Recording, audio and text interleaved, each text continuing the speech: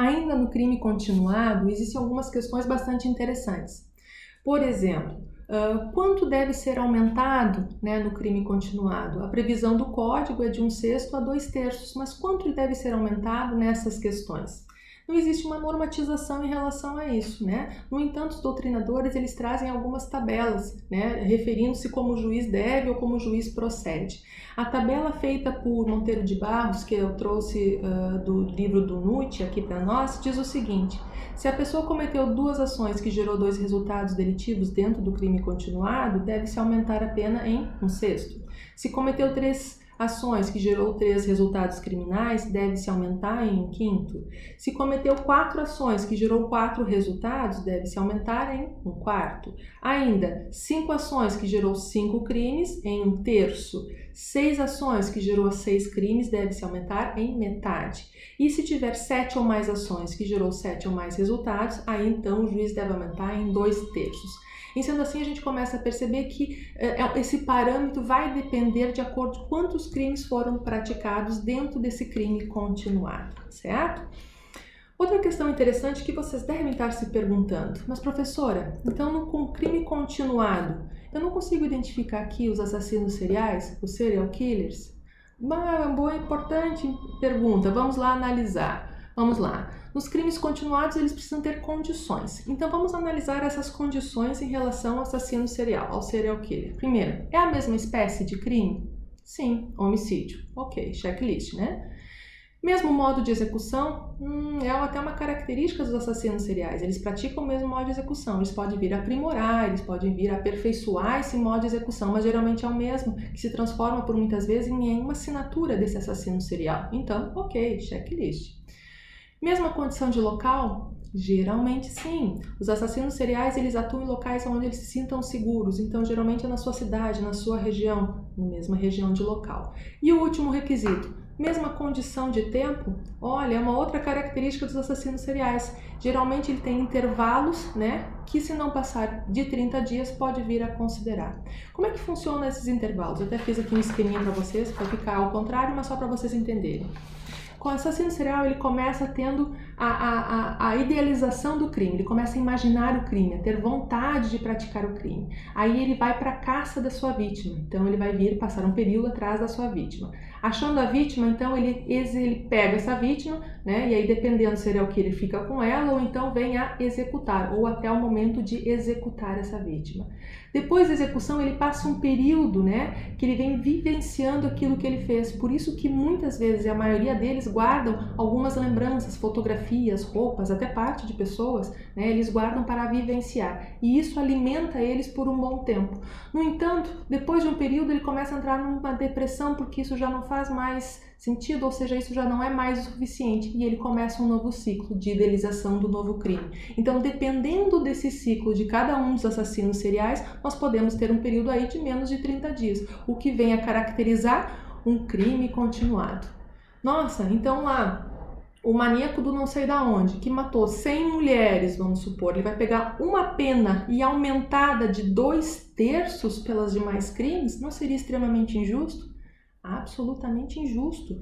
Em sendo assim, houve uma súmula do STF, súmula 605, que determina que para casos de crimes contra a vida não se aplica a continuidade delitiva, não se aplica o crime continuado, muito embora estejam presentes as condições, os requisitos para a continuidade delitiva. Então, nos crimes contra a vida não se aplica o crime continuado, tá certo? Agora, o próximo que nós vamos analisar e vamos vir a estudar, e nas penas de multa, como é que eu aplico a crime continuado? Ou seja, se a sanção aplicada não for uma pena e for uma pena de multa, como é que eu aplico? Se os crimes que eu pratiquei, a sanção prevista é multa. Isso está previsto lá no artigo 72 do Código Penal. Diz o seguinte: aplica-se ambas integralmente. Multa não tem perdão, não tem aumentar e aumenta em metade do valor, aumenta, não.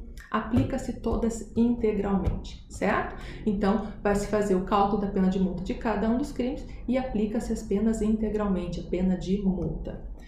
E por fim, para nós tratarmos aqui do artigo 75 do Código Penal, que é um artigo que foi agora alterado, né, em função da nova lei que entrou em vigor em 23 de janeiro de 2020, que é a limitação do tempo de cumprimento de pena. Ou seja, a gente fez o cálculo de pena, estava em concurso de pessoas, e o maníaco do parque, por exemplo, tivemos que usar o concurso material, porque o STF proíbe, muito embora esteja dentro, né, dos requisitos do concurso de crime, ele pegou 280 anos de prisão. O cálculo de pena dele, cada um dos homicídios foram somados e deu 281 anos de prisão. Como é que eu faço para cumprir essa pena? Como é que o artigo 75 determina isso? Até o ano passado, o máximo de pena que a pessoa poderia cumprir, não pegar, ela pode pegar até 200, 300, 500 anos. O cálculo de pena vai ser proporcional ao crime, ok. Mas o máximo de tempo que essa pessoa pode vir a ficar presa até o ano passado era 30 anos. Ou seja, ela pegou 200 anos de pena, mas o máximo que ela vai ficar encarcerada são 30 anos, certo? Com a Lei 13.964 de 2019, que entrou em vigor agora em 2020, que é o pacote anticrime, né, do Sérgio Moro, alterou esse limite para 40 anos. Então agora o máximo de tempo que uma pessoa pode ficar privada da liberdade é 40 anos e não mais 30. Ah, mas podem me perguntar, mas professora, por que colocam então 200 anos se ele só vai poder cumprir 40? Porque todas as questões de política criminal, como progressão de regime, livramento condicional, será calculado em cima da pena, não em cima do tempo que ele pode ficar preso. Então, por exemplo, o maníaco do parque, ao menos ele vai ficar 40 anos preso, certo? Ao menos ele vai ficar 40 anos preso. Ou seja, as pessoas que vierem a cometer crime e esses crimes extrapolarem o limite de 40 anos, né, os cálculos das questões e políticas criminais serão feitas na quantidade da pena e não na quantidade do tempo que essa pessoa vai ficar presa, certo? Então esse é um cuidado que nós temos que ter em relação ao limite de pena, que agora houve a alteração com a Lei 13.964 de 2019. 40 anos, o tempo máximo de cumprimento de pena. Por que houve alteração? Qual é a explicação dessa alteração? A explicação é que esse novo cálculo, esse 40 anos, ele foi analisado através da expectativa atual de vida. O nosso Código Penal teve a reforma dessa parte geral em 1984, onde a expectativa de vida era uma. Agora, em 2020, a expectativa de vida é outra. Então, as pessoas estão vivendo muito mais. E sendo assim, e muito mais e melhor, em melhores condições. E sendo assim, aumentou-se em 10 anos, né, essa quantidade de pena. Existia um projeto anterior, eu me lembro que eu estava na época da faculdade, o projeto já estava para ser votado há algum tempo para esse aumento de pena. No entanto, nada tinha sido feito. Então, com essa nova lei, com o pacote anticrime, veio junto com o pacote de crime essa alteração do limite máximo.